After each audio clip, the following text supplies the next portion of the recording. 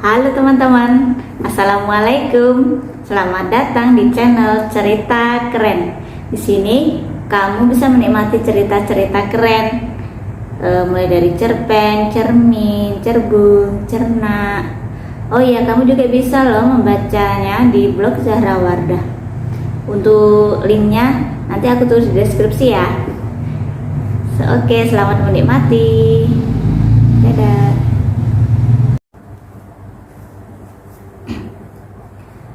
Cerita bersambung wanita malam dari desa bab 2. Oleh Zahra Wardah. Bab 2. Bertemu laki-laki tampan. Dia akan muncikari.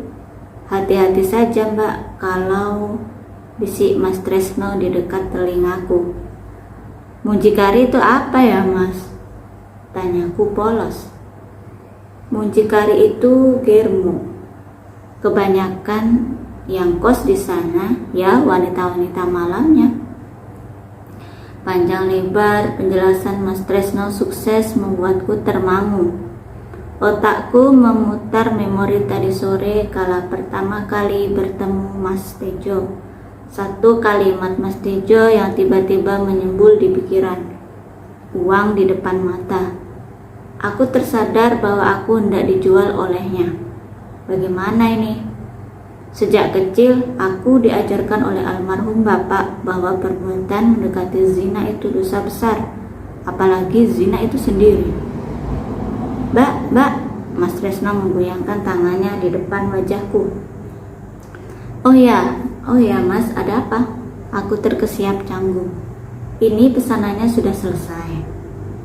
Mas Tresno memberikan satu plastik yang berisi pesananku setelah aku memberikan uang 10.000 satu lembar dan 2 lembar 2.000 selembar. Aku segera pamit.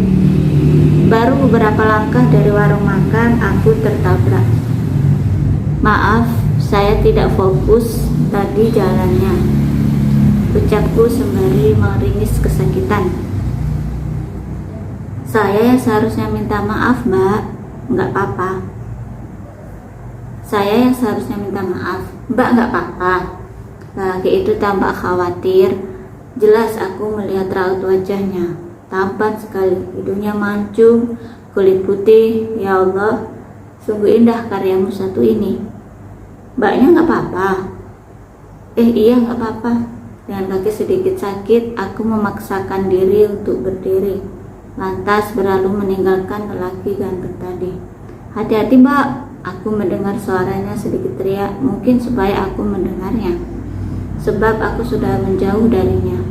Aku hanya berbalik sebentar lalu mengangguk pelan seraya senyum simpul sebelum melanjutkan perjalanan. Sudah ganteng, perhatian lagi, beda dengan Mas Tejo. Untungnya aku sudah cerai dengannya.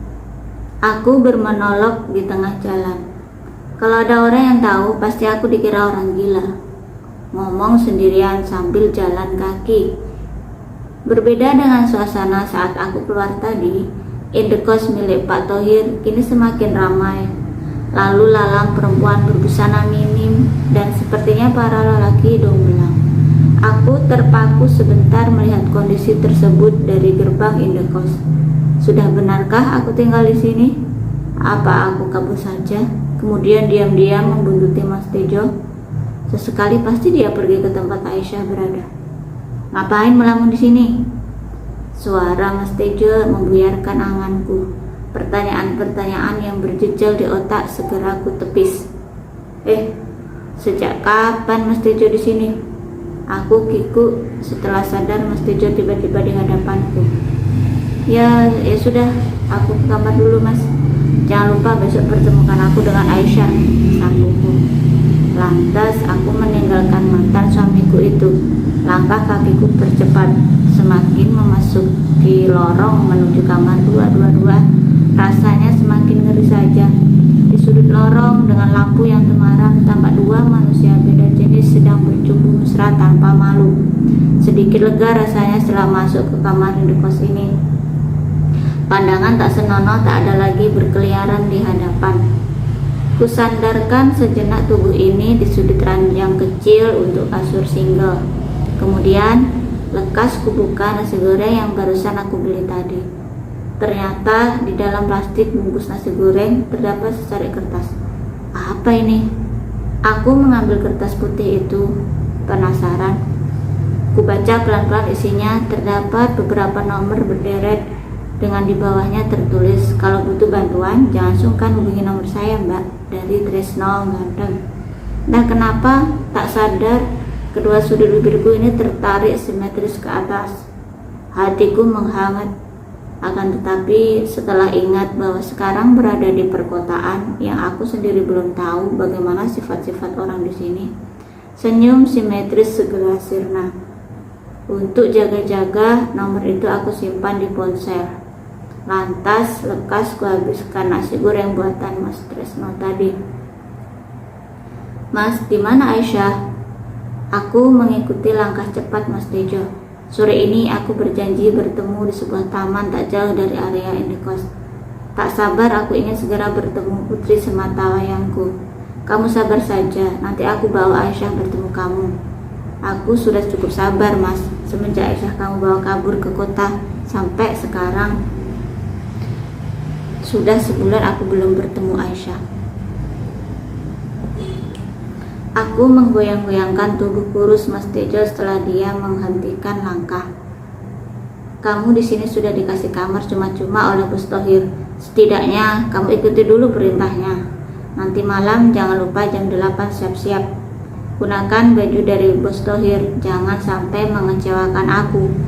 Kalau kamu macam-macam, aku pastikan kamu tak bisa lagi bertemu Aisyah." Mas Tejo berlalu begitu saja meninggalkanku yang terpaku, mencerna perkataan panjang Mas Tejo barusan. Sepertinya aku memang terjebak. Andai saja ada saudara atau siapapun yang aku kenal di sini, aku pasti akan minta bantuannya. Bantuan? Sekilas muncul bayangan pedagang nasi goreng tadi malam. "Iya, Mas Tresno.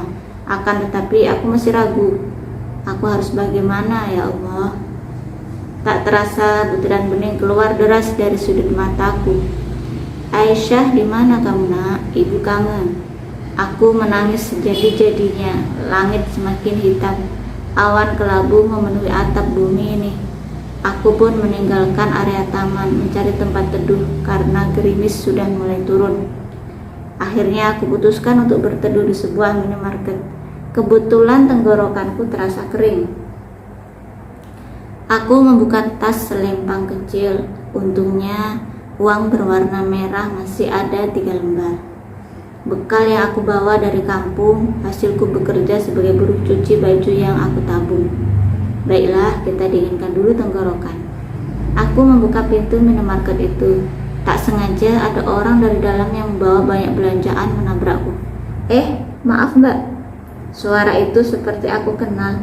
Aku menolongnya untuk mengambil beberapa barang yang terjatuh. Ternyata benar, lelaki hidung mancung tadi malam si punya suara tadi.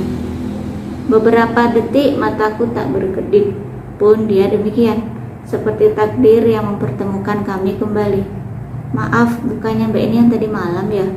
Sekarang gantian aku yang nabrak Mbak. Maaf ya Mbak." Senyuman khas itu melelehkan hatiku. Jantungku tiba-tiba tak terkontrol. Kalau bisa meloncat keluar, aduh jangan sampai membuat malu. Aku segera tersadar. "Oh iya, perkenalkan saya Yati." Aku mengulurkan tangan. "Saya Walid." "Oke, saya permisi dulu ya. Ada sesuatu yang harus saya kerjakan. Mari." Selesai menjabat tanganku, lelaki itu mengangguk pelan, lantas meninggalkanku tanpa menunggu balasan dariku. Walid, nama yang indah, lirihku sembari mengumbar senyum. Aku segera menggelengkan kepala saat sadar kembali. Beberapa minuman yang kudapan untuk persediaan aku letakkan di keranjang belanjaan. Kulihat dari kaca minimarket ini, di luar hujan semakin lebat. Tak mungkin aku menerobos. Kuputuskan untuk menunggu di dalam minimarket, seraya melihat-lihat barang yang sekiranya perlu sebelum ke kasir. Sampai 10 menit hujan tak berhenti, justru semakin deras. Apakah aku harus minta tolong Mas Tejo atau Mas? Oh iya Mas Tresno, aku bisa menghubunginya. Mana tahu nanti dia bisa bantu. Bersambung. Sekian.